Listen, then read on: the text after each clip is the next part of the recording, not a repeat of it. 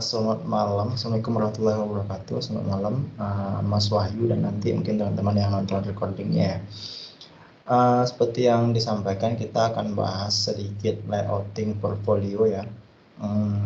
Dimana sebelumnya kan Mas Wahyu dan teman-teman lain itu udah bahas terkait portfolio mulai dari siapa usernya hingga gimana sih struktur dari case study itu, struktur utamanya, struktur kasarnya atau gambaran umumnya yang sering digunakan. Tapi bukan berarti itu saklek harus diikutin ya. Nah, itu silahkan berinovasi lagi, tapi untuk membuat portfolionya itu kelihatan baik, biasanya struktur itu ada di dalam sebuah portfolio desainnya. Dan ya hari ini dan teman-teman baru join ya, kita baru mulai sebenarnya. Kita bahas desain layouting utamanya, dan nanti kita akan gimana sih strateginya. Kalau teman-teman cek ya, portfolio seorang UI UX designer itu lebih spesifiknya atau banyaknya di case study-nya itu ya. Case study isinya tulisan dan juga biasanya gambar-gambar itu berisikan informasi yang ingin kita sampaikan berupa visual, biasanya mockup kita dan informasi-informasi yang kita sampaikan. Dan biasanya hal itu sering terlupakan bagi teman-teman. Teman-teman menganggap karena tulisan ya udah dimasukin aja tulisan, padahal kita harus cek lagi behavior dari user itu gimana. Behavior dari user membaca itu gimana. Seperti HR kemarin, mereka misalkan waktu itu membaca case tadi itu misalkan berapa lama misalkan. Dan kita pengen ya informasi yang kita masukkan di case tadi itu jelas walaupun nggak dibaca semua. Tapi itulah hal-hal yang harus kita desain di hari ini. Oke, Mbak Fitri ada tambahannya dulu Mbak sebelum saya mulai? Enggak sih, nanti sambil Bang Fadli jalan aja. Oke, siap. Oke, ini kelihatan Mbak ya? Kelihatan. Oke, kalau teman-teman cek inspirasi layouting portfolio, silakan banyak. Ya, biasanya paling terkenal di Dribbble ya, atau di Words triple W. Bisa cek di sini juga ya, atau di Behance, atau silakan dimanapun, atau cek dari kemarin ada desainer asli yang ditunjukin oleh Mbak Fitra, portfolionya udah launch ya. Sini juga bisa dicek. Ada banyak macam dari portfolio layoutingnya, jenisnya, yaitu silahkan kreativitas teman-teman masing-masing yaitu diasah di sini ya. Silahkan berinovasi, berkreativitas untuk layoutingnya, ada banyak. Dan untuk standarisasinya biasanya ya, untuk portfolio itu ada halaman home, halaman about, dan halaman case study. Dan di halaman home itu biasanya ada sedikit overview tentang diri kita, siapa kita, pekerjaan kita, list project kita, mungkin teman-teman informasi kontak dan lain-lain. Dan about itu biasanya lebih banyak spesifik tentang diri kita, nggak hanya terkait desain biasanya, tapi berkaitan juga di luar desain. Itu teman-teman bisa masukin ke dalam halaman about nanti. Teman-teman cek ya, di materi itu udah ada halaman-halaman apa yang harus dimasukkan. Dan di terakhir halaman list project atau case study-nya juga ya, itu adalah halaman khusus juga kita harus bikin, di mana di sana menjelaskan sebuah proses dari project yang kita kerjakan atau pekerjaan yang kita kerjakan, prosesnya akan kita jelasin di sana. Nanti itulah yang akan kita desain juga. Oke, kembali kalau teman-teman cek di sini banyak modelnya. Stylenya ada yang standar seperti ini. Ini teman-teman bisa cek standar yang namanya siapa, kanannya fotonya kelihatan siapa dia. Ditambahkan aspek-aspek lain ya, silakan untuk membranding dirinya atau menjual dirinya yang saya bilang kemarin ya.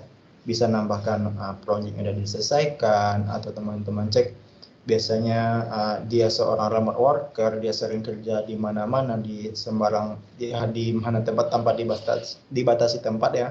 Boleh aja dimasukin hal-hal yang mungkin nggak orang lain ada, tapi di diri teman-teman ada. Itu bisa masukkan. Atau teman-teman seorang programmer yang beralih menjadi UI UX, boleh juga, silahkan dimasukin di sini. layoutingnya ya banyak ini yang lebih apa ya, lebih clean, mainin typography yang seperti di awal-awal kita cek ya, typography pun bisa memberikan visual yang baik. Nah, di sini kelihatan kreatif developer, namanya siapa, tinggalnya di mana. Nah, itu dijelasin di sini. Itu silakan berapa nanti kreativitas teman-teman. Ini masih standar tapi mainin warnanya, iconnya dan lain-lain. Kalau untuk itu kita sesar di sini Figma. Kita ambil yang kemarin aja teman-teman untuk layouting di sini sebenarnya yang kita telah kerjakan di live session hari ke-12 ya. Tapi ada aspek yang harus teman-teman jawab di sini. Yang ini kita akan sesuaikan nanti. Pertama, ini kita agensi aja kita bikin ya, atau misalkan nama saya aja deh, pakli.com atau Pak Pakli aja deh. Oke, misalkan di halaman di navigasi, biasanya kan ada beberapa halaman about. Di sini bisa kita bikin portfolio.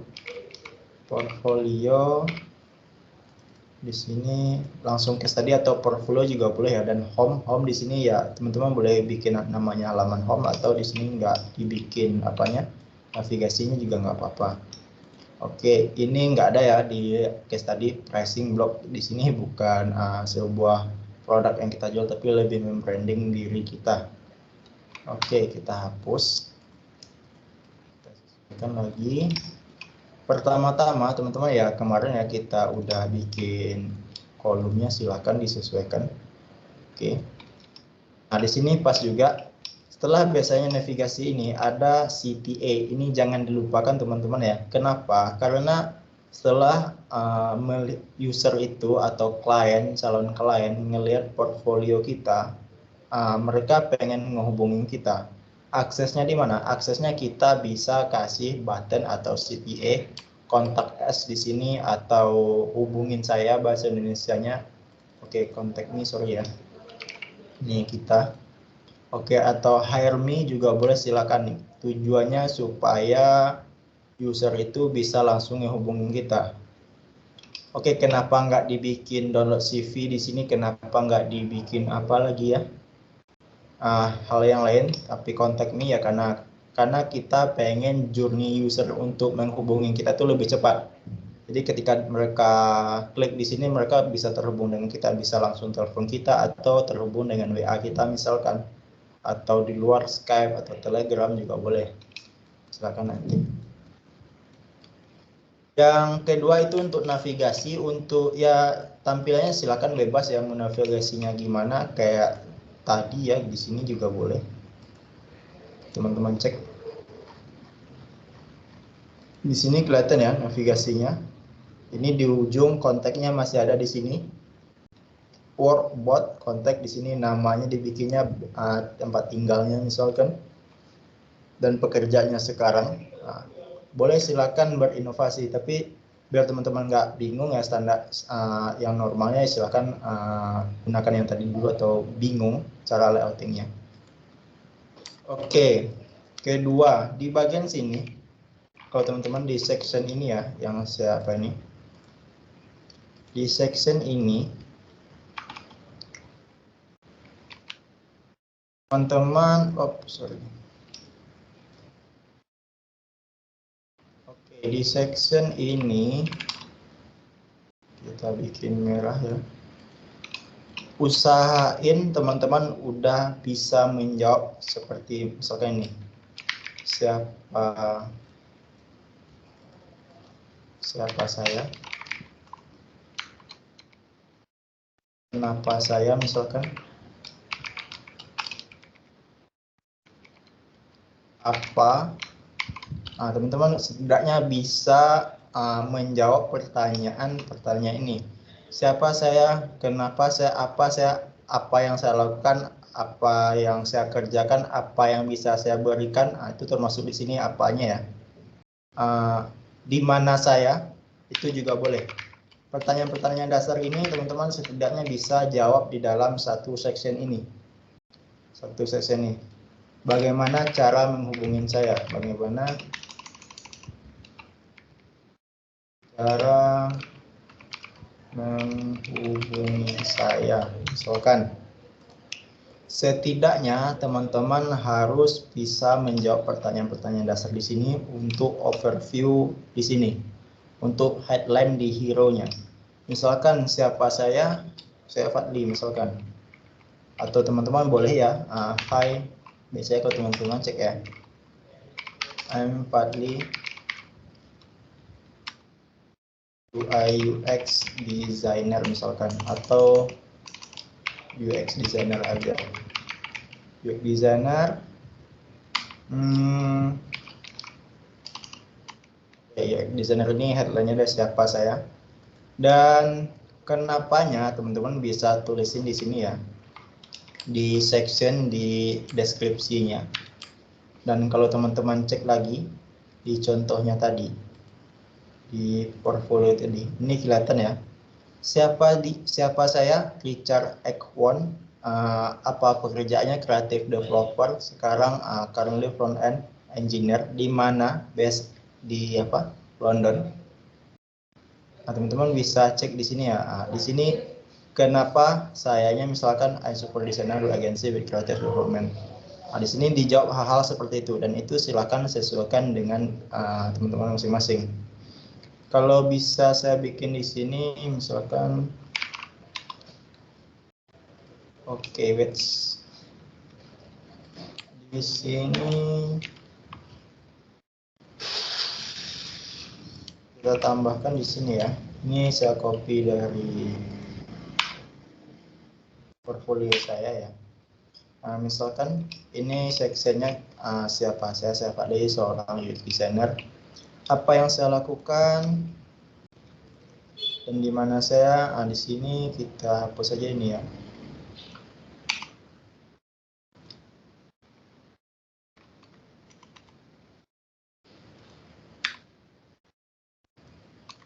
Oke, kita bisa atur lagi untuk apanya. Di mana saya di bukan baru, apa yang saya lakukan dan kenapa memilih saya bisa di sini ya. Saya jelasin di sini nih. Saya bisa menyelesaikan masalah dengan memberikan smart user interface dan memberikan interaksi yang fokus pada user-centered design. Itu adalah hal-hal yang menjawab ini tadi. Dan gimana cara menghubungin saya? Teman-teman bisa kontak me atau hire me di sini. Kita kasih CTA di sini. Hire me.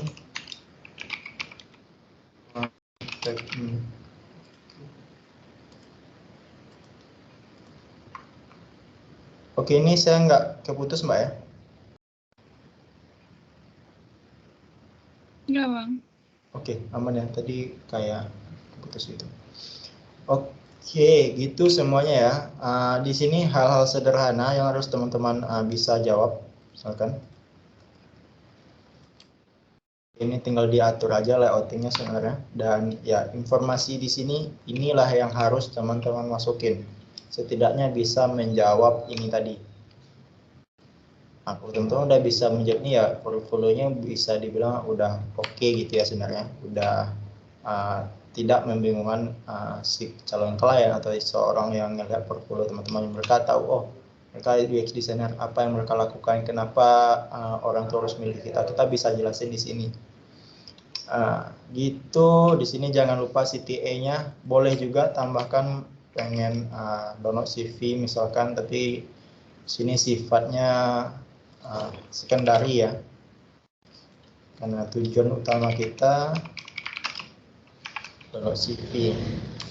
Biasanya kalau saya sih nggak masukin download CV ya, karena biasanya ini kita bisa masukin di dalam bot nanti. Tapi kalau teman-teman mau masukin silahkan. Yang penting contact me atau hire me atau hubungin saya. Di sini perlu ditekankan CTA-nya, call to action-nya, dibikin emphasize-nya lebih tinggi ya. Buttonnya kita bikin fill di sini supaya user itu jelas dikliknya yang mana dan lain-lain. Oke, sini saya hapus saja dalam CV. Yang kedua di sini kita bisa masukkan apanya ya? gambar, teman-teman ini silahkan masukin gambar apapun, ya bukan gambar apapun ya, gambar diri kita, sorry. Ini contohnya cewek lah ya. Oke, kalau teman-teman silakan masukin ya. Ini silakan inovasi, kreativitas, boleh seperti ini dimasukin projectnya, misalkan contohnya tadi ya. Itu supaya menunjang visual aja, atau teman-teman nggak mau masukin foto ya silakan mainin tipografinya. Kalau teman-teman cek di sini ya fotonya di sini ya. Nah, sedikit aja di bawah, tapi di sini banyak main tipografi. Atau yang seperti ini juga boleh, silahkan kreativitasnya ya. Ada banyak ya sebenarnya untuk layoutingnya, silahkan sesuaikan aja. Tapi setidaknya teman-teman bisa menjawab tadi yang teman-teman bisa cek di sini. Mereka setidaknya menjawab beberapa pertanyaan yang kita ajukan tadi. Sebelah saya sini masuk dan bla bla, ini lorem ipsum aja ya. Dan teman-teman jangan, nggak disarankan ya bikin lorem ipsum, nanti ini nggak ada artinya. Oke, di sini ya untuk CTA-nya boleh kontak hire me atau hubungin saya. Itu untuk sectionnya. Dan ini dihapus saja, mungkin kalau teman-teman mau masukin, kalau ada ya, kalau nggak ada ya nggak usah dimasukin, nggak dipaksain juga harus rame portfolio kita ya. Yang penting informasi yang menurut kita bisa meningkatkan branding kita atau bisa menjual diri dalam konteks positif ya, menjual diri kita ke klien, untuk mendapatkan pekerjaan sebagai desainer, silahkan masukin. Ya mau misalkan contohnya teman-teman dapat project dari Google tuh, itu kan lumayan tuh, itu nggak apa-apa dimasukin. Terus teman-teman dapat project dari perusahaan besar yang terkenal, teman-teman ngerjakan dapat solve problemnya, ya nggak masalah dimasukin. Tapi yang masalah itu asal dimasukin, niru portfolio orang lain masukin tentang perusahaan, teman-teman masukin padahal konteksnya nggak ada. Itu yang harus diperhatikan. Portfolio itu nggak harus rame, yang penting informatif, jelas, dan calon klien atau user yang ngecek itu tahu apa yang mau diceknya, kelihatan project kita dan lain-lain. Ini kalau nggak butuh kita hapus aja. Di sini section selanjutnya yang paling penting ya, section project kita. Oke, kita matikan dulu. Oke, di sini cukup panjang ya. Kembalikan. Wait, section project ini yang paling penting teman-teman. Section project. Oke, dan di sini ya teman-teman bisa masukin list projectnya. Boleh tampilannya seperti ini ya, card per card aja, atau seperti ini misalkan nanti. Mungkin nggak seperti ini kita bikin ya. Kita hapusnya ini, saya pengennya seperti ini. Oke, kita duplikat aja, width.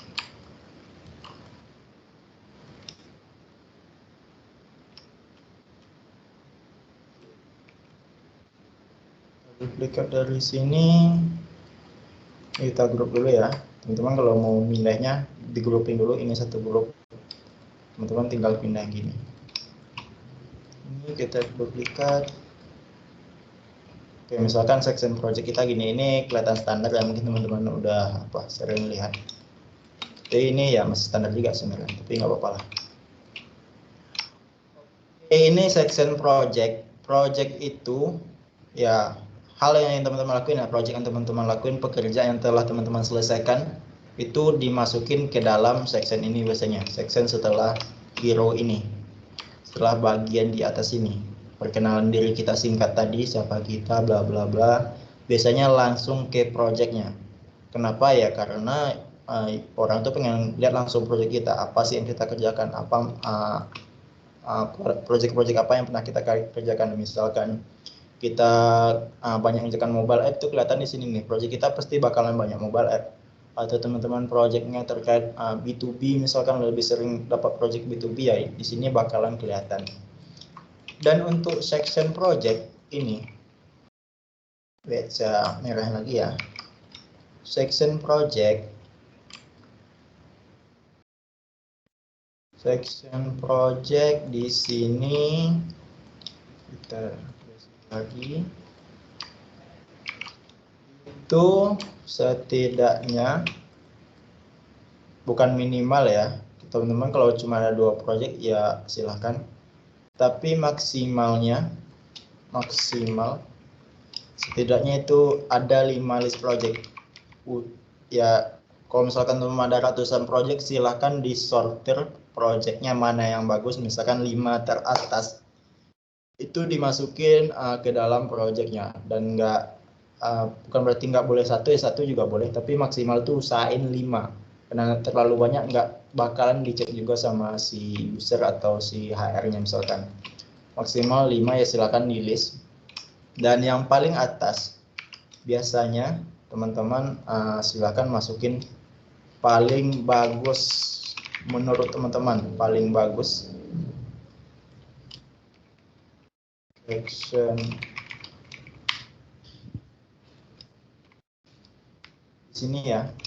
Section biasanya section paling atas ini untuk project kita ini dari yang telah kita sortir. Misalkan teman-teman ada puluhan project, ada 50 project yang telah dikerjakan, teman-teman mau masukin sekitar 5 nih, dari 5 itu disortir lagi mana yang menurut teman-teman paling bagus, paling oke, paling pengen ditunjukin, paling misalkan masalahnya sulit, atau misalkan dari kliennya nama brandnya besar, itu juga boleh, silakan. Maksimal 5 list, bukan berarti nggak boleh kecil dari itu ya, maksimal ya tadi. Minimal ya setidaknya 1 teman-teman, setidaknya pasti harus ada 1 project ya, minimal 1 project ya, minimal 1 project ya. Kalau misalkan teman-teman baru ya, misalkan baru ada 1 project pengen bikin portfolio ya silahkan bikinnya, nggak harus di dalam web.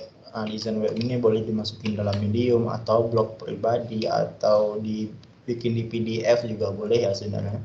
Setidaknya teman-teman ada 1 project. Tapi kalau di dalam tampilan website seperti ini biasanya ya orang tuh 3 itu udah cukup sebenarnya. Biasanya ini banyak ya konteksnya. Biasanya 3 project kalau di dalam sebuah tampilan web ini. Teman-teman bisa perhatikan itu ya. Biasanya kalau bikin web di sini ya, biasanya 3 itu. Tapi boleh lebih, boleh kurang juga, sesuaikan. Misalkan belum ada project baru 1 ya nggak apa-apa, masukin 1 aja, nggak harus dipaksakan 3, nggak harus dipaksakan 5. Yang penting ada projectnya, ada prosesnya. Oke, ini maksimal section paling atas paling bagus, walaupun nanti 3 pasti di atas yang paling bagus lagi. Kalau 1 ya cuma 1, nggak ada sortiran lagi. Itu untuk pemilihan projectnya, berapa banyaknya, minimalnya, kenapanya. Mudah-mudahan bisa menjawab teman-teman ya. Di sini select misalkan ini saya belum mikir terlalu banyak untuk page ratingnya. Contohnya sih select project item, atau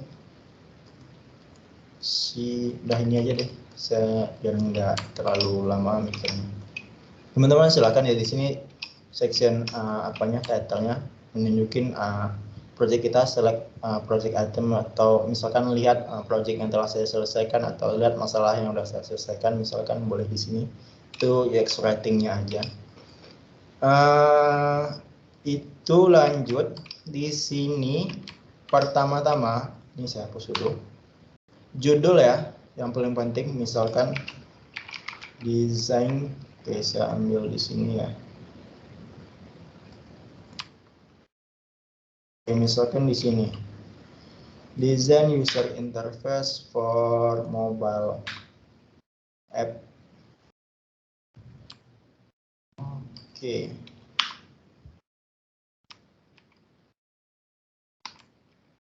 Ini section judulnya ya. Teman-teman bisa masukin di sini design mobile for, kita hapus aja sini. Ini aja deh, biar kelihatan bagus ya. Nah, di sini judulnya kelihatan ya, design user interface. Yang saya kerjakan misalkan user interface-nya aja. Nah, teman-teman kemarin yang nanya, apakah gimana bedanya portfolio seorang UI designer, UX designer, UX researcher ya? Tergantung apa yang teman-teman kerjakan. Kalau teman-teman baca ini, kelihatan ya, apa yang saya kerjakan. Yang saya kerjakan user interface-nya. Dari judulnya ini pasti portfolionya terkait user interface aja. Nanti saya nggak terlalu banyak mapping datanya, mencari problemnya, karena problemnya sudah jelas, tinggal dapat end of dari UX designernya, kita kerjakan interface-nya, biasanya gitu ya. Kalau UX researcher ya misalkan apa di sini terkait UX research misalkan, itu disesuaikan, atau ketiganya mengerjakan riset, mengerjakan UX, mengerjakan user interface, atau sampai coding misalkan ya teman-teman silakan tuliskan di sini. Itu judulnya ya, silakan dibikin judulnya sesuai dengan project yang teman-teman kerjakan. Yang kedua, di sini teman-teman setidaknya itu bikin sedikit introduction terkait apa yang teman-teman kerjakan di sini. Nah, setidaknya introduction nggak harus panjang lebar juga ya, mungkin 3 baris juga cukup. Setidaknya bisa memberikan gambaran seperti ini. Di sini ya silahkan disesuaikan dengan projectnya nanti. Selanjutnya di sini CTA, jangan lupa lagi CTA di sini beda dengan di atas. Di atas tujuannya supaya user bisa kontak kita. Yang di bawah tujuannya supaya user itu bisa baca case study kita ini. Setelah mereka lihat case study kita ya, mereka baca sedikit, oh mereka tertarik, mereka pengen baca lebih dalam, kita sediakan CTA di sini, read case study misalkan. Oke, di sini ya, teman-teman bisa tuliskan seperti ini. Ini section juga yang harus teman-teman masukin ke dalam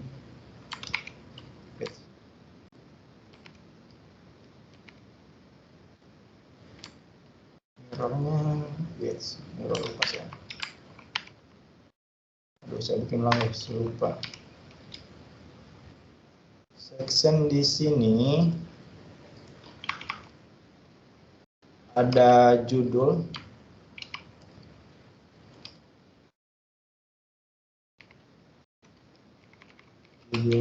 project, apalagi deskripsi, CTA di sini. Setidaknya teman-teman ada untuk ini ya, section projectnya ada sedikit title terkait project yang teman-teman kerjakan, hal yang spesifik teman-teman kerjakan. Di sini saya misalkan desain user interface-nya doang untuk aplikasi food media namanya misalkan. Di sini tulisan deskripsinya, oh pada bagian ini saya bla bla bla. Nah, sediakan CTA-nya di sini. Oke, selanjutnya ya gambar, silakan dimasukin gambar ya, menggambarkan informasi atau case study teman-teman ya, atau project hasil akhirnya ya di sini bisa dimasukin di sini. Teman-teman kalau cek di Kuberto kemarin ya itu udah dibikin mereng-mereng ya, udah dibikin sebagus mungkin. Itu silakan berkreativitas aja teman-teman terkait tampilannya, mau dimerengkin, mau dilurusin, atau mau dibikin seperti video juga boleh ya, itu bebas.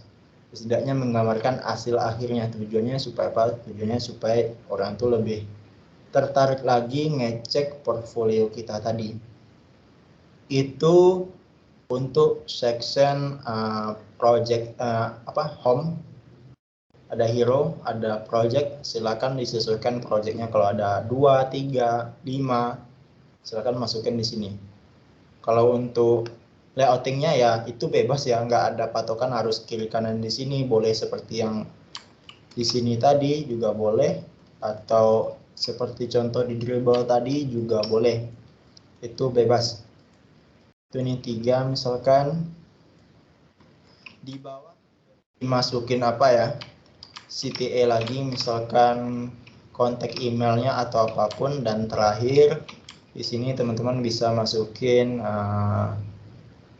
section untuk footernya, misalkan di sini ada hal-hal yang teman-teman pengen kasih tahu juga, tapi nggak terlalu bagus kalau masukin di dalam navigasi ya, teman-teman bisa masukin di sini. Misalkan teman-teman bisa masukin Facebooknya, sosial medianya dan lain-lain, atau di sini bisa link donasi misalkan ya, boleh juga saya rasa juga dimasukin di sini, atau kerjaan lain yang teman-teman kerjakan atau service lain yang teman-teman bisa lakukan ya untuk apa namanya, selain youth designer ini, teman-teman juga boleh masukin. Misalkan desain logo misalkan juga boleh ya, servisnya itu disesuaikan aja, atau cuman sosial media aja juga boleh, nggak masalah kalau teman-teman nggak ada informasi lainnya, jadi nggak harus dipaksakan, tapi setidaknya ada footernya di sini ya. Nah, sebenarnya kalau teman-teman cek ini ya, ini sebenarnya udah cukup dikatakan untuk halaman home-nya ya, halaman home untuk portfolio atau halaman landing page untuk portfolionya. Untuk section seperti ini, untuk halaman home-nya udah cukup seperti ini. Ya, aspek-aspek lainnya, konten lainnya itu silakan disesuaikan untuk membranding diri. Di sini misalkan ada testimoni, kalau teman-teman udah ada dapat testimoni ya, kemarin teman-teman ada yang dari dapat dari Upwork, misalkan dapat testimoni dari kliennya, ya silakan dimasukin testimoni dari kliennya misalkan. Itu silakan disesuaikan aja. Itu untuk halaman home. Oke, di sini selanjutnya kita halaman, kalau portfolio sebenarnya masih halaman khusus untuk list ini ya sebenarnya. Portfolio. Kita lanjut ke halaman case study. Ini yang paling penting. Kalau misalkan kita klik read case study ini, biasanya kita akan berpindah ke halaman untuk khusus membahas terkait case study yang kita bikin ini, proses yang kita bikin dalam project ini. Oke, kita copy dari ini, teman-teman bisa kita hapus aja semua dulu ya. Oke, wait. Di sini kita hapus. Backgroundnya kita hapus, kita nggak pengen backgroundnya ya. Di sini halaman case study misalkan, halaman case study ya, kalau diklik ini ya, ini bakalan pergi ke sini. Dan kalau teman-teman cek kemarin strukturnya ya, ada bisa dicek materi kemarin live session kemarin ya, overview, problem statement, proses, lesson learning. Ini struktur kasarnya ya, cuma segini strukturnya teman-teman, secara garis besarnya ya. Tapi dalam garis strukturnya ini nanti ada proses-prosesnya lagi.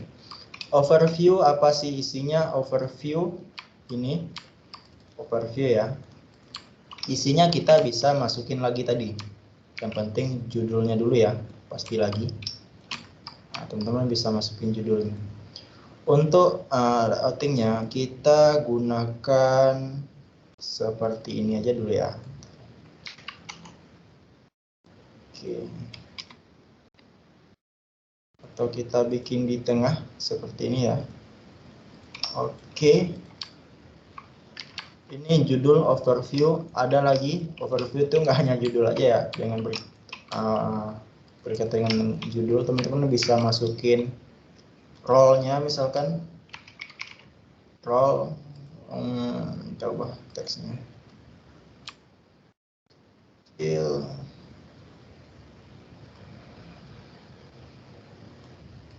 Misalkan UI designer. Kita di sini yang kita kecilin.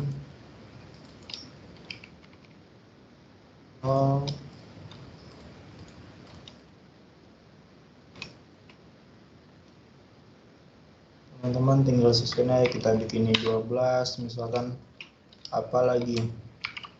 Di sini termasuk overview, klien misalkan itu ada ya, klien misalkan Google misalkan. Nah, itu bisa menjadi nilai plus juga ya kalau bisa teman-teman dapat klien Google misalkan, mengerjakan project dari Google misalkan, atau mengerjakan challenge dari Google, teman-teman masukkan jadi case study juga boleh ya. Apalagi timeline, misalkan di sini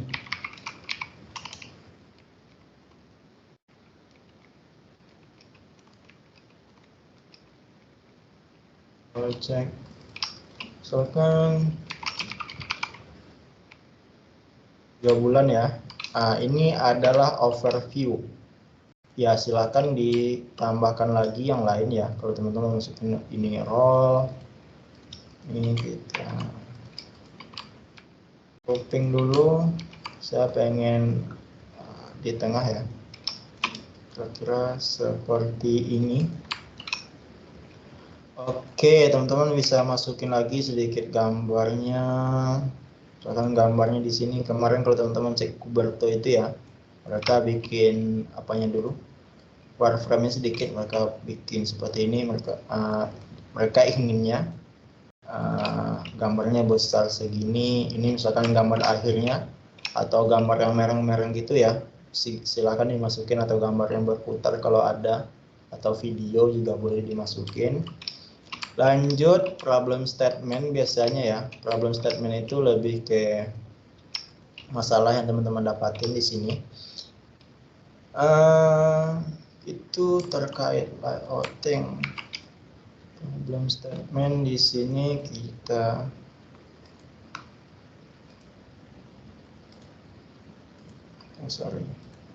kita bikin 40 aja.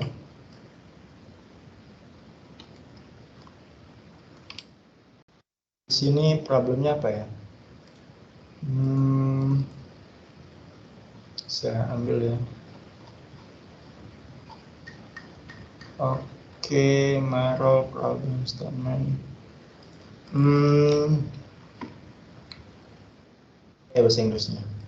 Oke, mungkin ini contoh aja teman-teman. Ini aja saya bikin dulu, nanti saya pikirkan lagi. Oke, ini contohnya. Teman-teman bisa bikin ya di sini problem statement misalkan statement.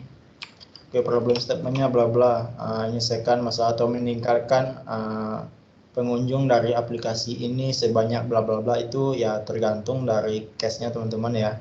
Misalkan dapat konteksnya dari klien, mereka pengen menyelesaikan masalah ini, atau mereka ingin bla bla bla, atau dari si usernya pengen menyelesaikan ini, dan teman-teman bisa masukin di sini. Ketiga, proses. Ini yang paling penting semuanya ya. Yang paling utamanya, ini utama juga sebenarnya, ini teman-teman harus masukin juga, dan ini jangan dilupain. Yang paling pentingnya intinya proses. Proses, kalau teman-teman cek, proses itu banyak macamnya ya. Kalau teman-teman cek kemarin dari Mbak Fitri ya, outline-nya ada beberapa macam ya. Secara garis besar itu kan kelihatan tuh, mulai dari empathize atau melakukan riset, define, design, testing, hingga lakukan coding juga ya. Atau mulai kemarin dari Mbak Fitra itu ngedesain logonya Sunbird, itu adalah prosesnya. Dan dari proses itu dibikin lagi outline besarnya, misalkan riset ngapain aja. Di dalam riset misalkan secondary riset, gitu teman-teman bisa tuliskan dulu ya, nggak usah dipikirkan kayak gini bakalan kayak distract biasanya, tapi teman-teman setidaknya harus tuliskan di Google Doc atau di kertas, supaya nanti di sini tinggal copy aja lagi. Di sini oke, proses. Saya bikin teksnya ya.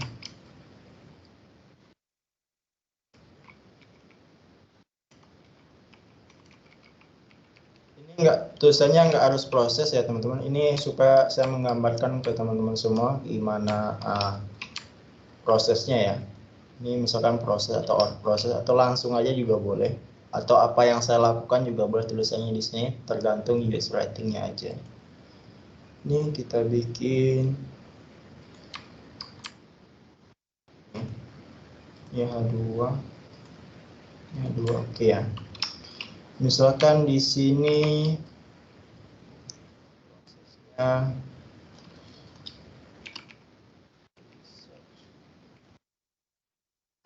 research.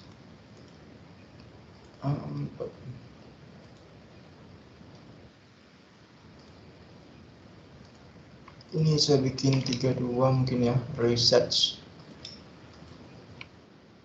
Ini di dalam riset misalkan silakan ya, misalkan atau langsung riset di sini, atau misalkan apalagi prosesnya secondary riset,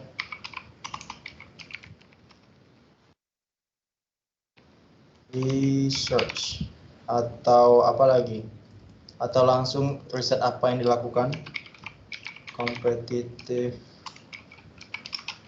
analysis misalkan, atau apa lagi, primary research, research juga boleh, atau interview ya juga boleh. Tapi teman-teman ya setidaknya di sini bisa disesuaikan sesuai dengan apa yang teman-teman kerjakan. Di sini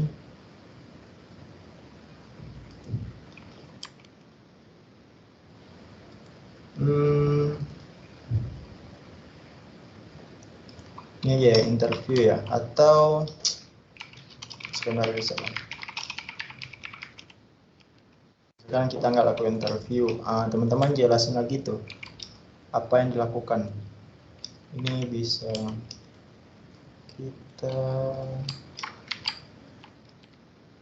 ini ya 24 misalkan, ini kita bikin 16. Oke, teks 16 aja ya.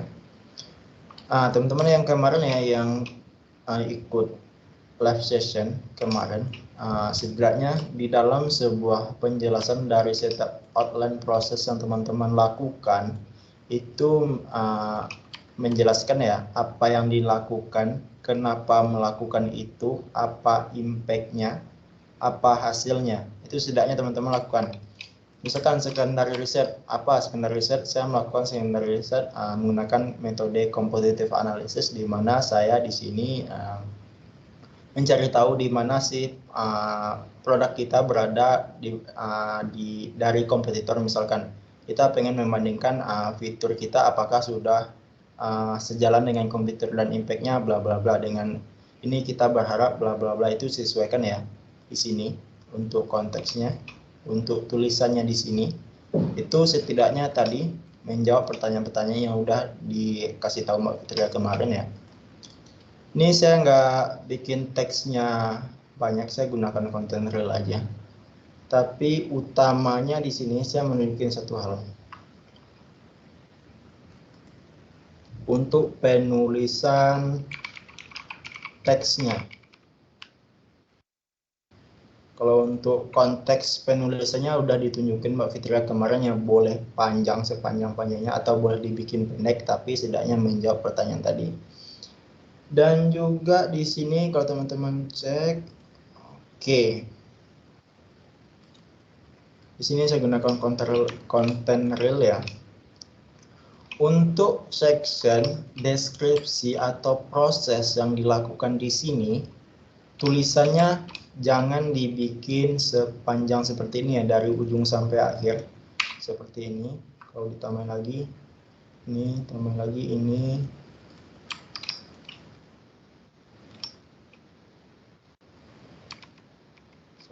saya copy aja deh.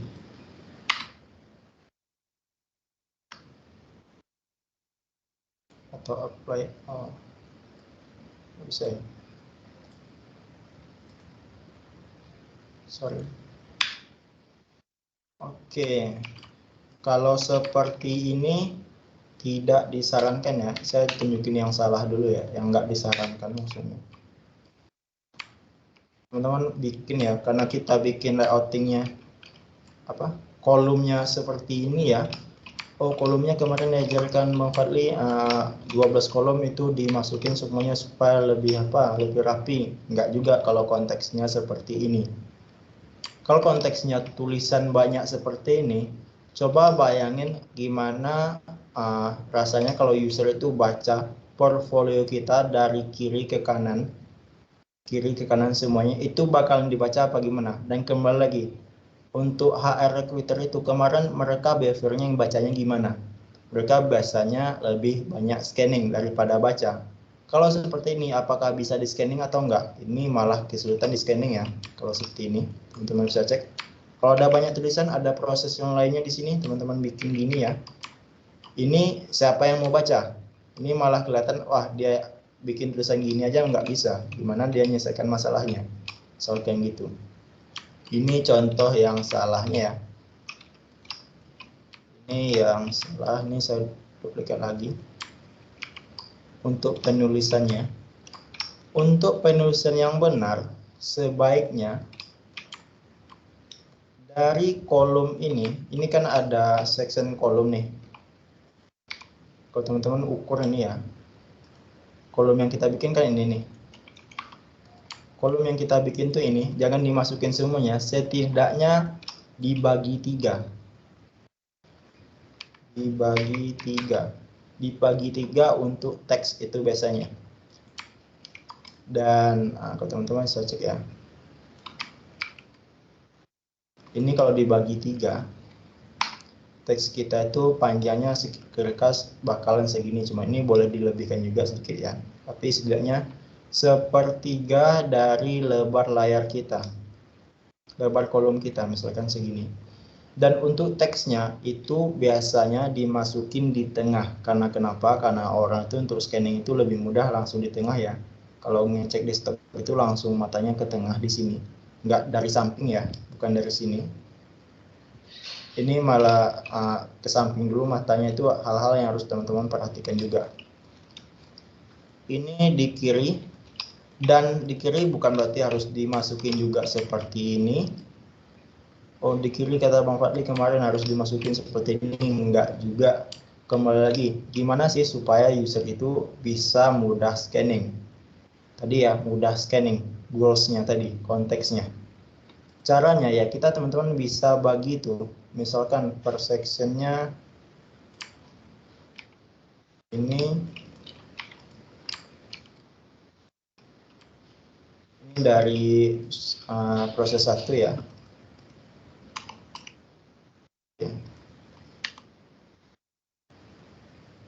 Per sectionnya, per paragrafnya kita bisa bagi-bagi, misalkan segini.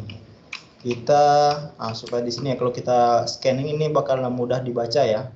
Teman-teman cek bla bla bla, kalau misalkan bahasa Indonesia teman-teman scanning aja pasti kebaca tuh. Dan di sini untuk teksnya, nah ini udah oke sebenarnya. Kalau teman-teman minimal ya, minimal teksnya itu setidaknya 16, jangan 14. 14 itu biasanya lebih kecil. Kalau dibuka di desktop yang besar bakalan kecil kali. Minimal itu saya sarankan minimal teks deskripsi di case study. Ini teman-teman bisa catat nanti ya, 16 pixel. Boleh lebih, tapi setidaknya tidak lebih dari 20, berarti kira-kira 16 pixel sampai 20 pixel ya. Karena kenapa lagi, kalau kita besar malah bentrok dengan teks yang kita jadikan title di sini tadi, subtitlenya. Dan itu kalau besar juga nggak bagus juga biasanya ya. Tapi teman-teman coba dulu dari 16 sampai 20, atau teman-teman kelihatan bagus di 22 nggak masalah juga ya, nggak ada saklek juga sih.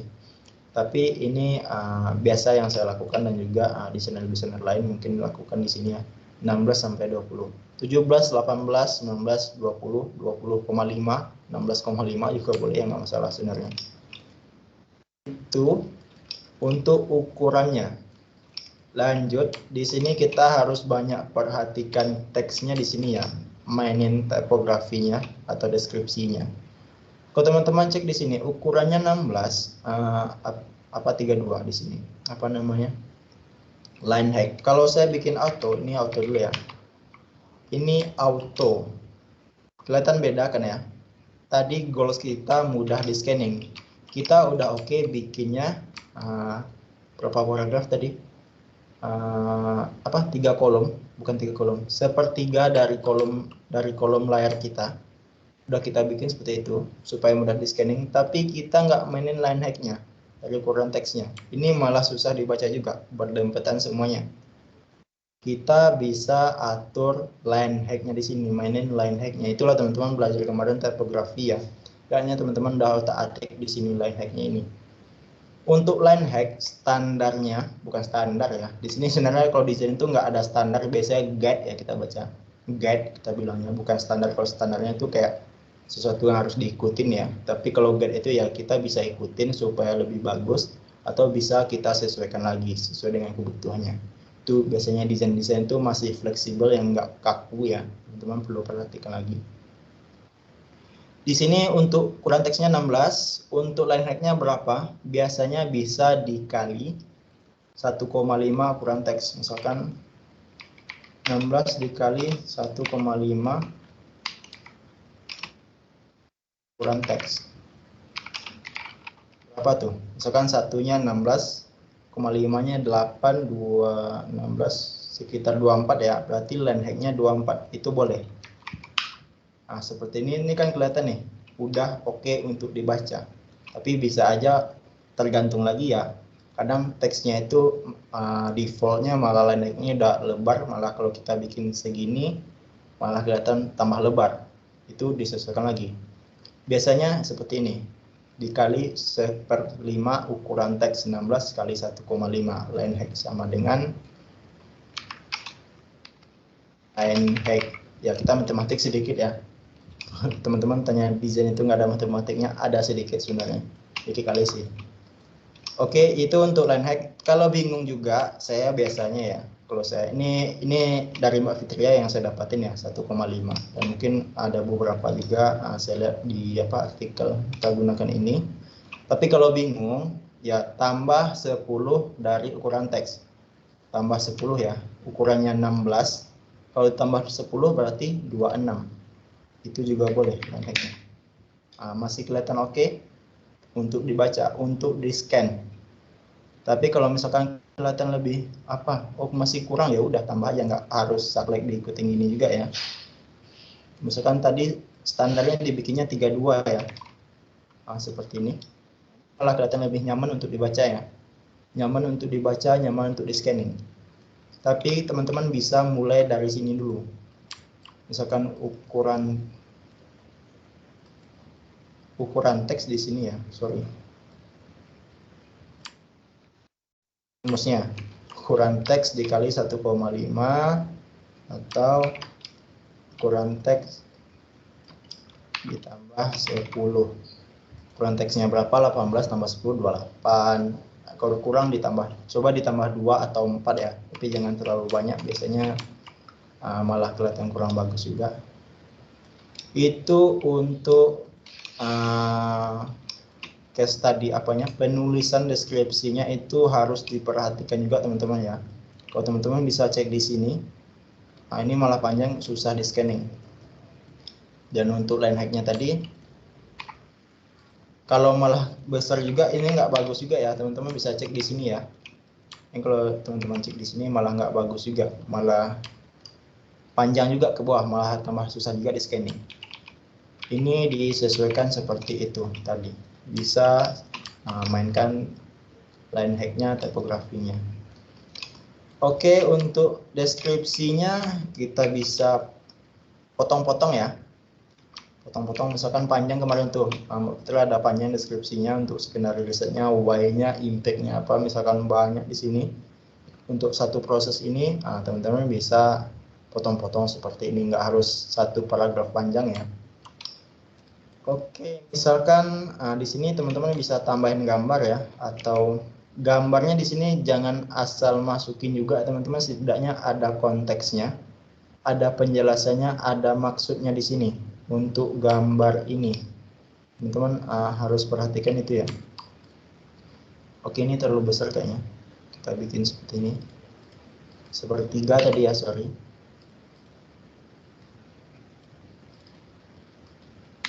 Satu per 3.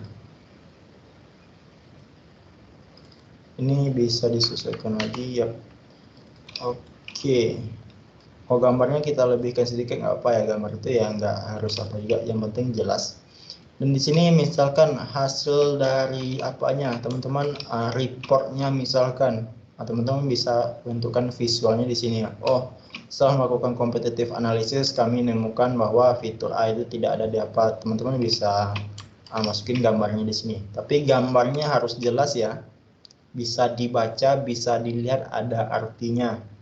Itu teman-teman bisa masukin, jangan asal tempel gambar juga. Itu biasanya teman-teman yang baru ya, mereka cuman nempelin gambar supaya lebih cantik. Itu nggak salah, tapi setidaknya ada konteksnya di sini, ada kenapanya, ada informasi yang bisa dibaca, ada impactnya kalau teman-teman masukin, nggak hanya dari sisi visual aja, informasinya jelas, outputnya jelas misalkan.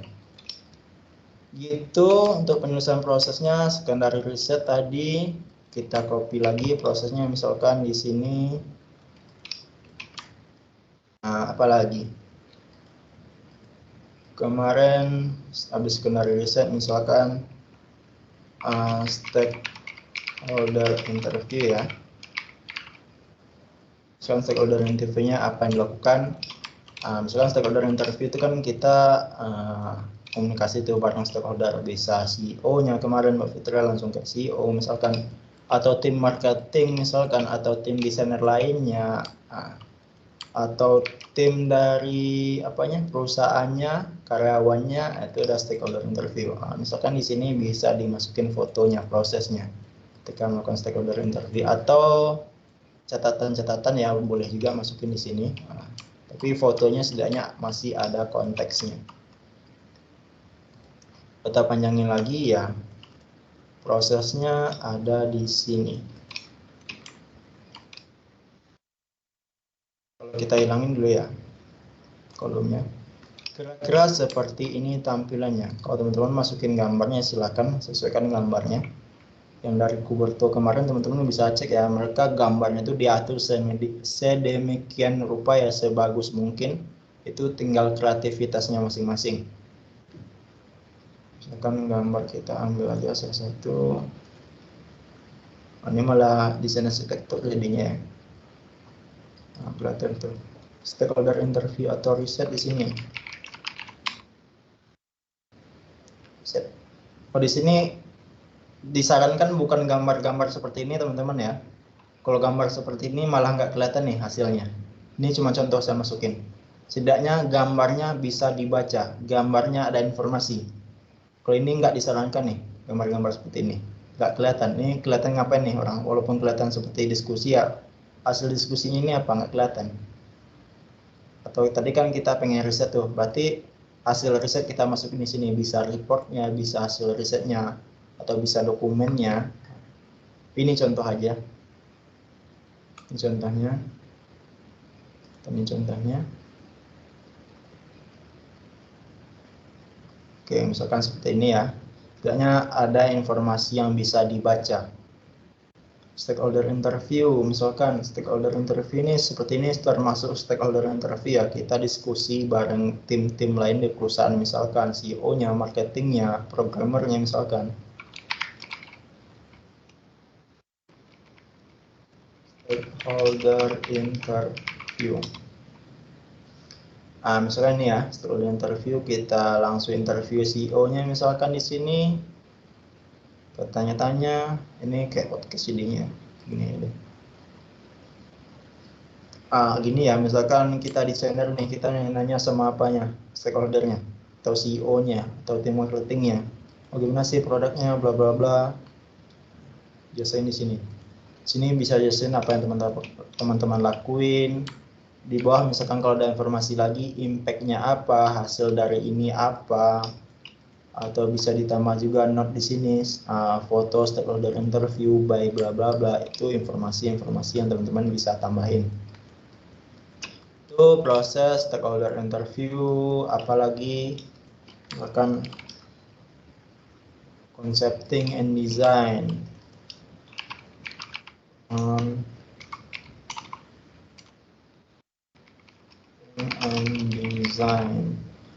Oke, contohnya desainnya, prosesnya bla bla sama seperti kemarin. Ingat lagi, setidaknya teman-teman harus menjawab apa yang dilakukan di setiap prosesnya, kenapa dilakukan, kapannya juga boleh, bagaimana dilakukan, kenapa melakukan proses itu juga boleh, kenapa memilih metode itu juga boleh. Impact-nya terakhir, impact dari hal yang teman-teman lakuin tuh, misalkan metode itu teman-teman lakukan apa impact-nya. Biasanya juga bakalan ditanya tuh kalau teman-teman interview ya, interview sama UX designer juga di sebuah perusahaan baru, mereka bakal tanya tuh, oh kamu lakukan testing, apa sih impact-nya, kenapa kamu lakukan itu, biasanya bakalan ditanya. Itu teman-teman harus perhatikan. Hal seperti itu bisa dimasukin di setiap prosesnya. Seperti biasa, masukin gambarnya lagi. Ini kita masukin ya.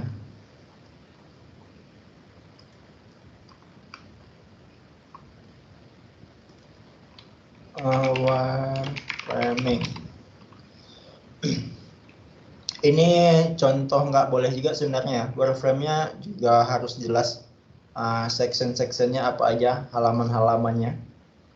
Teman-teman harus jelasin di sini cuman foto dummy untuk di internet ya, di Unsplash. Tapi di sini ini kelihatan nih kan, udah kelihatan oke, ada wireframe-nya. Tapi setidaknya setiap prosesnya ini atau setiap halamannya, kalau mau nampilin apa ya, screen atau halaman, setidaknya teman-teman jelasin tuh halaman ini apa fungsinya. Teman-teman bisa masukin lagi di sini. Di sini. Ini halaman apa? Home. Teman-teman bisa masukin, udah dimasukin secara garis besar gambarnya udah dikumpulin ya. Kalau untuk section wireframing atau high fidelity design itu bisa jelasin juga per halamannya itu. Misalkan di halaman home. Di halaman home apa yang dilakukan? Misalkan apa yang teman-teman desain. Saya ini saja ya, apa yang saya desain. Oke, misalkan di halaman home. Kembali lagi tadi ya. Misalkan di sini kita desain saya misalkan bikin buttonnya besar di bawah supaya user mudah untuk navigasi. Misalkan teman-teman cek ya, ergonomis dari HP itu biasanya kan dari bawah, biasanya kadang button atau action atau CTA itu dimasukin di bawah. Kenapanya? Karena memikirkan sisi ergonomisnya dari user. Misalkan hal-hal itu bisa teman-teman masukin dalam proses misalkan desain, concepting, wireframing, high fidelity design. Itu dijelasin setiap setiap komponen yang teman-teman desain, setiap komponennya ya.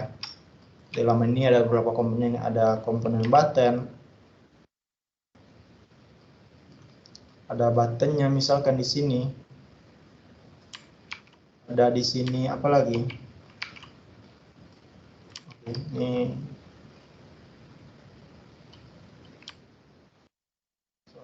ini di bawah ada ya. Sorry.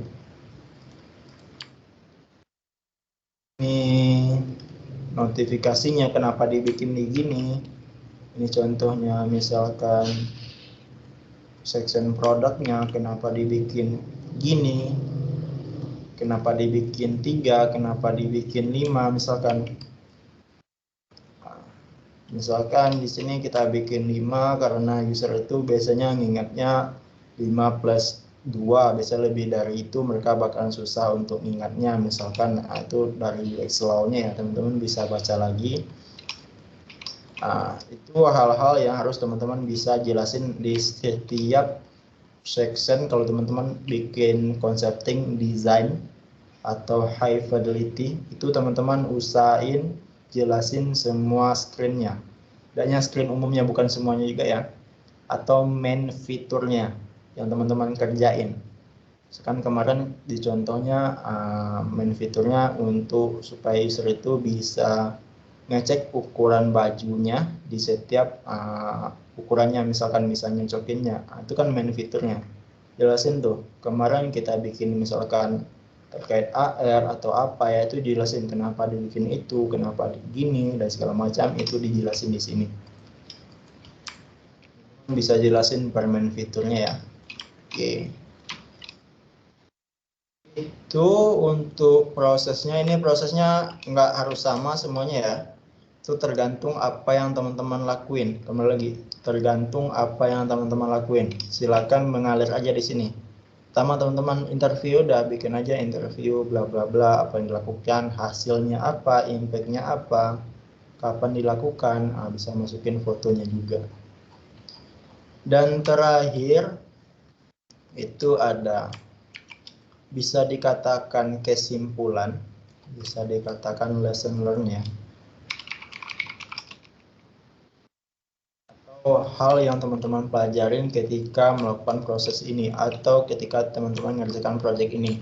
Teman-teman bisa masukin tuh apa yang teman-teman dapatin. Oh, misalkan setelah melakukan proses ini sebenarnya saya melakukan kesalahan di bagian ini karena saya terlalu fokus untuk ngedesain padahal waktunya terlalu bla bla bla. Itu bisa dimasukin di sini di lesson learning-nya.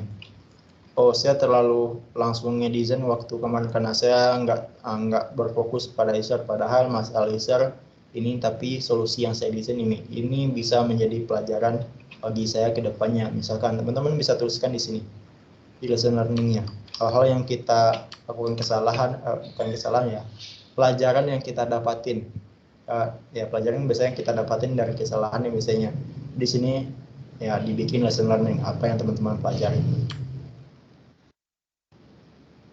Ini footernya silahkan ditambahkan, sesuaikan aja ya prosesnya lagi. Kira-kira gitu teman-teman ya, dari hasil struktur kemarin yang ditunjukin Mbak Fitria, ada overview, problem statement, proses, lesson learning. Kalau dipecah, dia bakalan seperti ini. Kira-kira ya, ini nggak harus saklek seperti ini, silahkan disesuaikan dengan konteks teman-teman. Ada kemarin outline juga yang dituliskan Mbak Fitria, misalkan riset itu risetnya ngapain aja. Dipecah lagi outline-nya, apa detail yang dilakukan dipecah lagi. Itu silakan disesuaikan, coba dicek lagi materi kemarin yang udah jelas disampaikan oleh Mbak Fitria. Dan utamanya penulisan di sini ya, harapannya teman-teman jangan menulis seperti ini lagi ya. Teman-teman cek di sini, ini susah dibaca. Teman-teman bisa cek di sini, kita sekali tengok aja udah pusing. Di sini kita enak tuh scanningnya. Mata user fokus ke kiri kanan, fokus depan, kiri kanannya white space ya. Nggak ada gangguan distraksi, mereka lebih cepat scanning. Kalau teman-teman cek biasanya di portal-portal itu ya berita, biasanya ada ads di sini, ada apa itu malah mengganggu ya.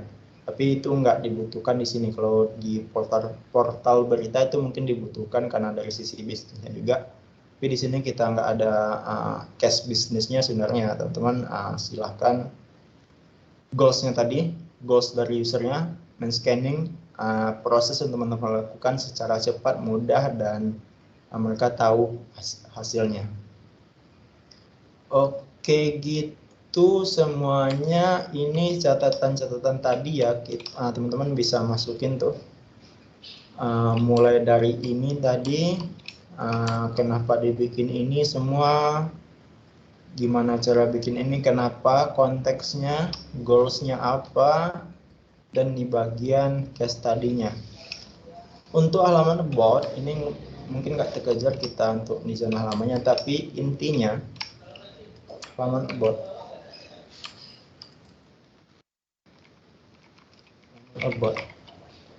itu menjelaskan tentang diri kita, jelas ya, about me, diri kita. Tapi spesifiknya apa, teman-teman boleh masukin semuanya tentang diri teman-teman masing-masing. Mulai dari tadi, siapa saya, pekerjaan saya, kerjaan, hobi di sini di luar desain ya boleh ya, misalkan hobinya luar desain traveling, teman-teman boleh masukin tuh foto travelingnya di halaman buat, atau futsal misalkan boleh masukkan juga CV-nya juga boleh. Apalagi skill, nah ini tadi lupa ya, saya belum masukin skill, juga boleh dimasukin. Selain UI UX apa skillnya atau tools yang digunakan juga boleh. Silakan di branding dirinya di halaman about nih, silakan masukin sebanyak apapun juga boleh. Skill apa, tools, apalagi organisasi juga boleh, organisasi. Oke. Itu ya semuanya untuk halaman bot nih. Silakan bot diri masing-masing tentang diri kita ya, jelaskan kepada user itu terkait diri teman-teman masing-masing. Itu nggak ada batasannya sebenarnya. Ini konteks umumnya. Silakan mau dikurangin, ditambahin, atau seperti ini juga boleh. Itu semuanya mudah-mudahan bisa memberikan gambarnya, konteksnya, kenapa teman-teman bikin portfolio tadi, gimana cara bikinnya. Setiap sectionnya itu ada artinya, ada kenapanya teman-teman bikin, kenapa bikin konteks ini di sini, teman-teman udah kita kasih tahu tadi ya. Halaman projectnya, halaman case study-nya, itu yang paling penting juga di sini ya. Cara nulis case study-nya juga, cara tulis deskripsinya teman-teman harus perhatikan di sini.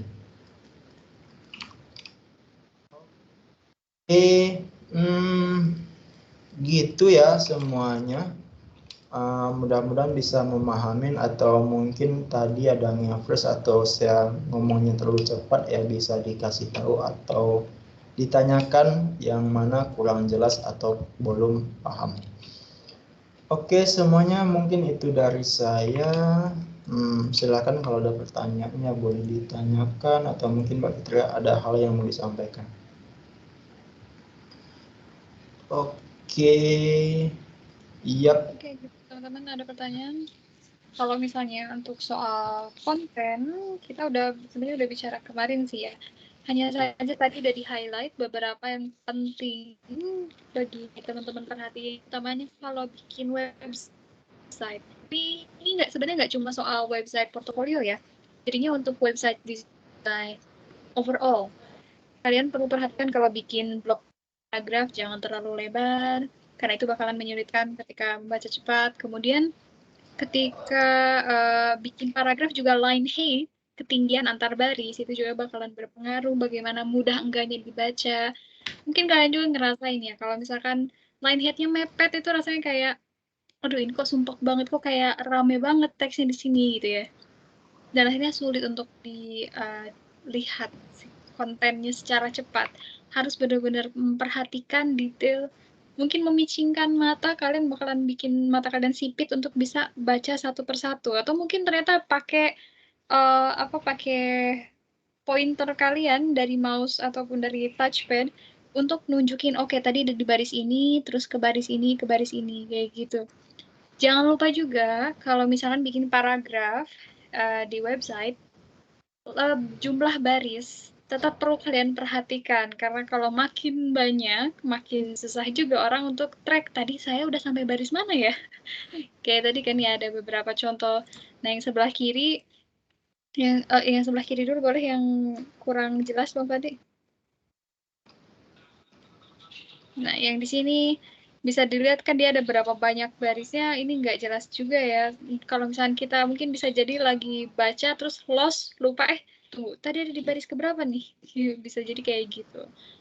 Dan kalau misalnya via tweet test yang kemarin kita sempat sebutkan, tweet test di mana dia sepanjang satu tweet, satu paragrafnya itu bisa ngebantu user ketika scanningnya cepat, mereka juga bisa break antar paragraf seukuran si tweet itu. Itu yang bisa teman-teman atur ya. Jadi kalau misalkan dibilang kesimpulan utama dari si website design adalah gimana kalian perlu mengoptimisasi layout teks. Jadinya typography design dari sebuah website design. Itu yang perlu kalian atur. Kalau misalkan typografinya nggak benar, website tersebut secara keseluruhan bisa jadi kelihatan nggak enaknya gitu. Kalau misalkan kurang enak. dibacanya ya. Karena balik lagi, ada perbedaan cara user menggunakan handphone dengan website yang bentuknya desktop seperti ini. Itu mungkin sebagai UI UX designer, teman-teman perlu memperhatikan perbedaan cara user melakukan sesuatu di website desktop ataupun di handphone. Mungkin teman-teman sering banget latihannya bikinnya yang di handphone gitu ya, kalian banyak latihan. Kali ini jadi challenge tambahan buat kalian, dan juga apa ya, perkembangan kalian untuk apa ya, untuk mempelajari sebenarnya kalau di website apa sih sebenarnya perbedaan antara cara user menggunakan si produk dengan caranya menggunakan di handphone gitu. Ini bukan cuma soal website ya, karena website di handphone bisa jadi behaviornya user itu mirip kayak pas pakai aplikasi mobile, tapi kalau misalnya udah bentuk desktop udah berbeda lagi. Mereka pakai medium atau gadget yang berbeda. Mereka pakai mouse, mereka pakai layar yang lebih besar, dan dia layar yang diem gitu, nggak bisa dipegang atau nggak bisa di-touch. Itu jadi berbeda behaviornya. So, mungkin gitu dari yang layout yang tadi itu sebenarnya udah disampaikan lengkap sama Bang Fadli. Harapannya teman-teman bisa mengambil sedikit saja misalnya, kalau misalnya ternyata memang agak overwhelming kalau semuanya langsung dipahami, tapi ini sudah membantu. Semoga ini sudah bisa membantu teman-teman memahami soal layouting, bentuk halaman website yang mana content heavy. Content heavy di sini banyak konten yang harus ditunjukin. Kontennya ada heading, ada paragraf, ada gambar, gambarnya banyak. Kalian bisa atur seperti itu ya. Oh iya, jangan lupa juga bisa cek ulang berkaitan dengan prinsip visual design-nya. Ada balance, ada unity, terus juga ada beberapa gestalt principle yang bisa kalian apply. Itu semua bisa kalian refer back saat melakukan apa ya, evaluasi desain kalian sendiri. Ngelihat desain kalian misalnya udah jadi nih. Ini, kurang itu. Setelah melihatnya, ya, jenisnya seperti itu ya yang bisa kalian lakukan. Gimana? Teman-teman ada pertanyaan? Oke, semuanya silakan ditanyakan ya. Terkait case study-nya untuk layouting ya, silakan teman-teman cek ya. Kalau masih bingung juga teman-teman ya, coba sering baca juga ya case study dari desainer lain, misalkan di Medium buat teman-teman temuin di sini ya. Biasanya usahain cari yang di luar ya, luar Indonesia. Kalau saya lihat Indonesia udah terlalu banyak menggunakan template ya, terlalu ke distract sama template biasanya. Mereka pasti bisa dibikin empathize, bla bla bla. Teman-teman bisa cek di sini. Ini tadi konteksnya kita bikin di tengah ya. Teksnya itu kiri kanannya kosong supaya user itu lebih jelas apanya di sini, baca atau scanningnya. Dan di sini untuk step sectionnya beda-beda ya. Ini bisa jelasin dulu backgroundnya, atau teman-teman kemarin challenge ya, jelasin dulu challenge-nya, tantangannya misalkan di kasusnya, bisa jelasin tuh deskripsinya. Atas yang dilakukan ataupun hasil riset sebelumnya, ini strategi yang mereka lakukan ya. Ada banyak setiap prosesnya. Mereka nggak bikin apa ya, desain proses saya adalah design thinking double diamond, nggak dibikin seperti ini, tapi benar-benar apa yang dilakuinnya di realnya, benar-benar apa yang mereka kerjakan. Setelah itu mereka analisis ini, misalkan mereka di sini ya ngasih gambar, di sini jelas ya konteksnya, halaman ini dibikinnya seperti ini seakan-akan dibikin coret-coret gitu ya, tapi di sini kan jelas yang mana ditunjuknya, yang mana di reviewnya, misalkan scrollnya terlalu apa, nggak clear dan bla bla bla, misalkan di sini apalagi low contrast. Di sini dicek ya, teman-teman bisa baca ya di sini, ini bisa dibaca walaupun kelihatan coret-coret tapi gambarnya bisa dibaca seperti ini yang saya maksud tadi. Low contrast ini kurang kontras visual kemarin, teman-teman bisa cek kontras itu hitam dan putihnya nggak seimbang, nggak bisa dibaca. Di sini kelihatan low contrast. Oh iya benar, dan dilakukannya dan dianalisanya. Gitu. Apalagi define problem dari current UI-nya ya. Silakan di sini prosesnya, design proses and final result. Oke, di sini yang saya maksud tadi all versionnya, new-nya juga boleh dimasukin. Mereka jelasin tuh biasanya nanti setiap prosesnya tadi. Di sini. Oke, di sini ini sedikit ya tergantung proses yang dilakuin ya, nggak harus panjang lebar, tapi benar-benar apa yang kita lakuin. Atau mungkin bisa disingkat juga boleh. Nggak harus sedetail mungkin juga, tapi menggambarkan proses yang dilakuin. Oke, semuanya. Mudah-mudahan bisa memahamin. Silakan kalau ada pertanyaan, dan mungkin bagi teman-teman yang nanya ke saya ya, kalau saya nggak ada case tadi gimana bang atau bla bla bla, teman-teman bisa gunain tugas yang kita kerjakan dari hari keempat, hari kelima sampai hari ke-15 kemarin ya. Tugas dari risetnya hingga teman-teman melakukan bikin skenario buat testing, itu silakan jadi case study-nya. Itu jadi case study teman-teman dan timnya juga. Itu boleh dipakai, mau di-apply nanti itu juga boleh, silahkan. Teman-teman bisa guna itu kalau yang belum ada project, belum pernah ngajarin UI UX, boleh jadikan case study di kelas. Dan tambah lagi untuk yang kuis itu kan ada redesign, itu ada prosesnya juga. Teman-teman bisa masukin itu jadi case study. Jadi setelah kelas ini teman-teman udah punya 2 case study. Teman-teman nggak perlu pikirin cara gimana bikin project lagi. Teman-teman udah ada project, udah ada case study, udah ada portfolio habis kelas ini. Tinggal ya case study-nya diperbaikin misalkan, atau nanti ada project baru, portfolionya diperbaharui, itu seperti itu lagi. Jadi gitu ya teman-teman yang mungkin bertanya ke saya belum lihat record live session, tapi kita udah bahas semaksimal mungkin di live session ya, hal-hal yang harus dimasukin dan case tadinya, gimana cara bikinnya, layoutingnya. Dan besok terakhir untuk live session sambil nunggu pertanyaan kalau nggak ada ya, kita besok live sessionnya nggak bahas materi lagi, tapi full review final project teman-teman yang udah kirim ke saya khususnya. Nanti akan kita share di sini, akan kita review sama-sama. Review di sini kita bukan ngejudge ini salah, ini nggak boleh, bukan, tapi kita memberitahu apa yang sudah kita tahu sebagai desainer di sini ya, ilmu yang udah kita tahu mungkin dari portfolio itu apa yang baik, apa yang benarnya, itu nanti akan kita kasih reviewnya. Dan kita nggak hanya ngasih review ini nggak boleh itu ya, tapi kita juga nanti akan ngasih feedback baiknya seperti ini, bisa diubah seperti ini, bisa dicoba dengan seperti ini. Itu hal-hal yang akan kita bahas besok.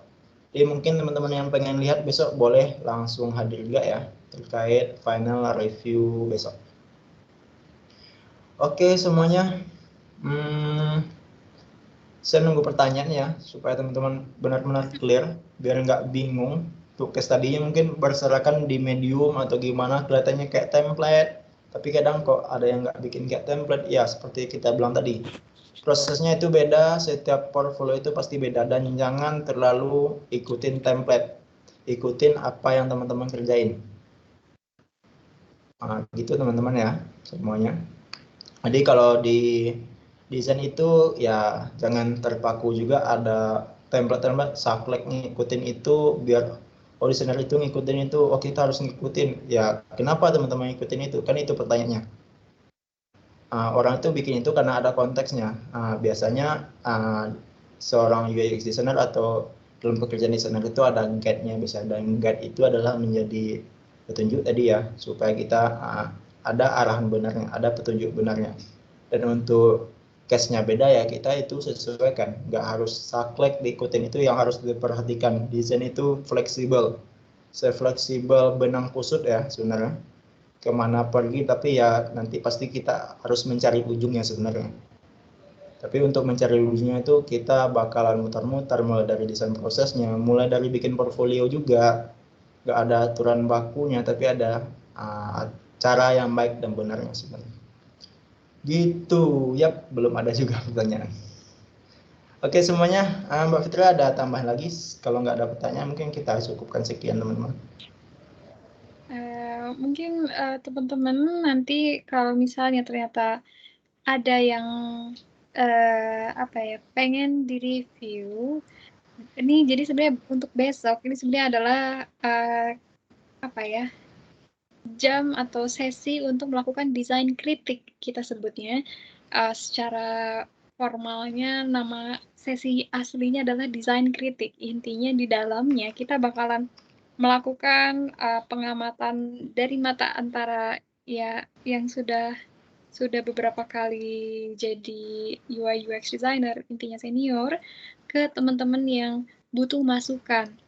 Siapapun itu sebenarnya, mungkin bisa jadi juga ke antar sesama juga bisa ya, teman-teman juga bisa sambil belajar mempelajari, oh itu tuh yang kurang dari yang punya orang, oh ini tuh yang bisa diperbaiki. Nah ini kurang di sini bukan berarti kurang tuh jadinya negatif ya, karena kurangnya di dalam sebuah tampilan sebenarnya bisa diperbaiki.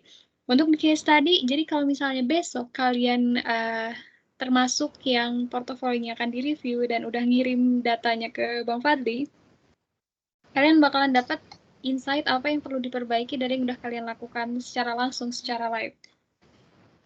Langsung di live gitu ya.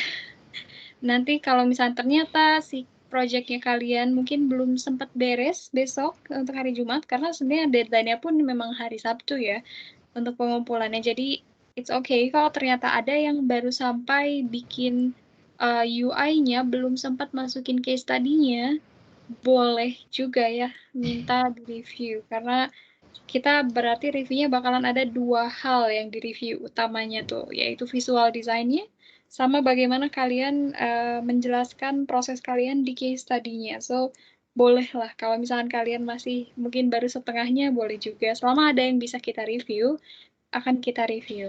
Jadi kalau bisa jangan pada takut untuk di-review, jangan pada takut salah juga. Salah is part of a learning process. That's why di case study juga ada lessons learned. Bahkan di project-project besar ada lessons learned-nya gitu ya.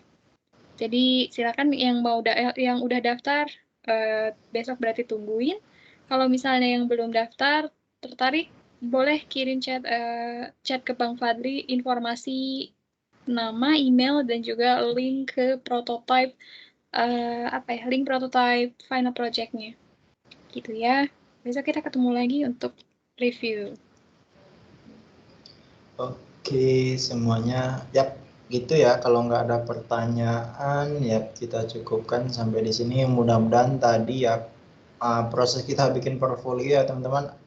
Pertama, pahamin siapa usernya lagi. Kembali lagi setiap project yang kita bikin atau tampilan website aplikasi yang kita bikin, kembali konteksnya, siapa usernya, goalsnya apa, motivasinya apa, kebutuhannya apa, behaviornya apa. Itu alasan kita supaya kita bikin desain ya. Desain kita itu lebih terkonteks, lebih tertuju goalsnya dari usernya tadi, lebih memenuhi kebutuhan usernya tadi yang kita desain atau dengan sedemikian rupa dengan konteks visual desainnya, UX-nya dan segala macam. Baru nanti teman-teman ya bisa iterasi lagi untuk portfolio itu ada iterasi juga ya, nggak cuman satu kali seumur hidup. Portfolio itu bisa berganti terus. Kalau teman-teman ada project baru, nanti kita tambah lagi projectnya atau dibuang project yang lamanya, dimasukin project baru. Hal-hal seperti itu yang akan dilakukan di portfolio. Oke, dan ingat portfolio ini adalah senjata utamanya, senjata perangnya. Cuman ya sebagai UX designer, UI designer, inilah yang akan kita bawa pertama kali. Selain CV dan segala macam, pertama kali pasti ditanya portfolio, proses kamu gimana. Kalau teman-teman nggak ada portfolio, nggak ada case study-nya, ya itu nggak bakalan diterima ya sebagai seorang UI UX designer. Karena itu adalah pegangan utama kita. Oke semuanya, kalau nggak ada, terima kasih semuanya yang telah hadir tadi ya, dari sedikit sampai lumayan banyak hari ini. Terima kasih semuanya, dan untuk recordnya silahkan dicek nanti ya. Mudah-mudahan bisa dicek lagi semuanya bagi yang kurang paham tadi, yang kurang jelas.